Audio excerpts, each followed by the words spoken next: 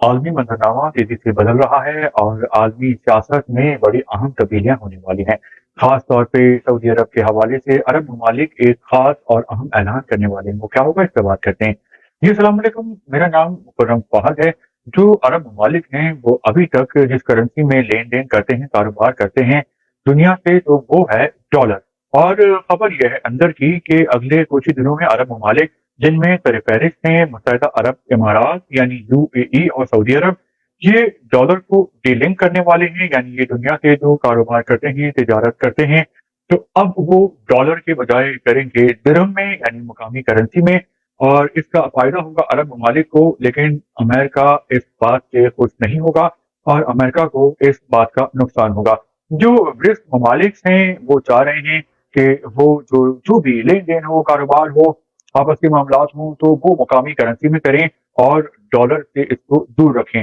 تو جو چین ہے، رشیا ہے، سعودی عرب ہو گیا، یونائٹڈ عرب ایمریٹس ہو گیا، اور پاکستان بھی اگر ان لوگوں کے ساتھ شامل ہوتا ہے تو اس میں بھرپور سیاسی اور مالیاتی فائدہ پاکستان بھی اٹھا سکتا ہے۔ تو جو آج کل جو ملاقاتیں ہو رہی ہیں وہ ایم بی ایس یعنی جو سعودی عرب آئے ہوئے ہیں رشیا سے، پیوٹن، اس کے علاوہ جو چین کے صدر ہیں شی جن پنگ، ان کا بھی سعودی عرب کا ایک دورہ ہونے والا ہے، اور یہ لوگ آپس میں جو ہے وہ اپنے تعلقات کو مزید بہتر کر رہے ہیں، خاص طور پہ کاروبار کے حوالے سے۔ اور ہم نے دیکھا ہے کہ جب سے ایم بی ایس یعنی محمد بن سلمان، جو کہ ولی عہد ہیں، شہزادے ہیں، جب سے ان کے ہاتھ میں اختیارات آئے ہیں تو انہوں نے سعودی عرب کو بدل کے رکھ دیا ہے۔ ٹیکنالوجی آ گئی ہے، اس کے علاوہ جدت آ گئی ہے، ملک کے علاوہ وہ لوگوں کے ذہنوں میں بھی آ گئی ہے، اور جو سعودی شہری ہیں وہ اس جدت سے بہت خوش ہیں، کیونکہ روشن خیالی آ رہی ہے اور سعودی عرب کا جو فوکس ہے وہ کاروبار پہ کمانے میں اور انویسٹمنٹ میں بڑھ گیا ہے۔ اس کے علاوہ خبر یہ ہے کہ اگلے کچھ دنوں میں ایک اور سیاسی دھماکہ ہونے والا ہے، کیونکہ جو عرب ممالک ہیں، عرب خطہ، یہاں پہ دو مسائل تھے۔ ایک تو فلسطین کا معاملہ ہے، جو کہ ایک بہت عرصے سے یہ معاملہ چلتا آ رہا ہے، جس کی وجہ سے امن و امان کی صورتحال خراب ہے۔ اس کے علاوہ جو یمن میں، جو یمن اور سعودی عرب کے تعلقات رہے ہیں، تو اس کی وجہ سے بھی اس علاقے میں بے چینی انتشار پایا جاتا ہے۔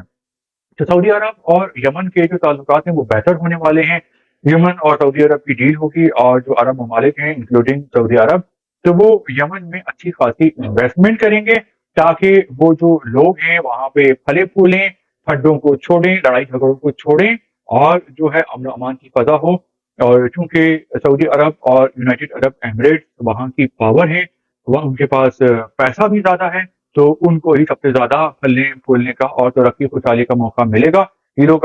جو مسلم ممالک ہیں یہ ویسے بھی اس میں ٹاپ پہ ہیں، پیسے کے حوالے سے اور ٹیکنالوجی کے حوالے سے، اور جب وہاں پہ امن و امان مزید قائم ہو جائے گا تو اس کا فائدہ سعودی عرب، یونائٹڈ عرب ایمریٹس کو بھی ہوگا اور یمن کو بھی ہوگا۔ اس کے علاوہ یہ لوگ کوشش کر رہے ہیں کہ افغانستان بھی صحیح ڈگر پہ آ جائے اور دہشت گردی کرنے سے باز رہے، اور یہاں بھی ڈیولپمنٹ ہو، انفراسٹرکچر بنے، اور جو افغان ہیں جن میں اچھے بھی ہیں، روشن خیال بھی ہیں، ترقی پسند بھی ہیں، اور تنگ نظر بھی ہیں، انتہا پسند بھی ہیں، تو وہاں پر بھی ڈیولپمنٹ ہو اور افغانستان کے حالات بھی بہتر ہوں، کہ کم از کم یہ دوسرے ملکوں کو تنگ کرنا اور وہاں پہ دہشت گردی کرنا جو ہے وہاں پہ ختم ہو جائے۔ اور اگر پاکستان بھی ان لوگوں کے ساتھ صحیح سے چلتا ہے اور صحیح فیصلے کرتا ہے بر وقت، تو پاکستان بھی جو ہے وہ اپنے آپ کو بہتر کر سکتا ہے معاشی لحاظ سے۔ ابھی جو ہمارے نظام وزیر اعظم ہیں انوار الحق اور آرمی چیف عاصم منیر صاحب، یہ لوگ بھی گئے تھے یونائٹڈ عرب ایمریٹس، تو یہاں بھی ان کے کئی ایم او یوز پہ سائن ہوئے ہیں $20 بلین کے۔ لیکن صرف سائن ہونے سے بات نہیں ہوتا، بلکہ ایم او یو جو ہے وہ ایگریمنٹ بنے اور ایگریمنٹ پہ عمل درآمد ہو، اور پھر اس کے اثرات جو ہیں وہ اصلی میں پاکستان میں دکھائی دیں تو فائدہ ہوگا۔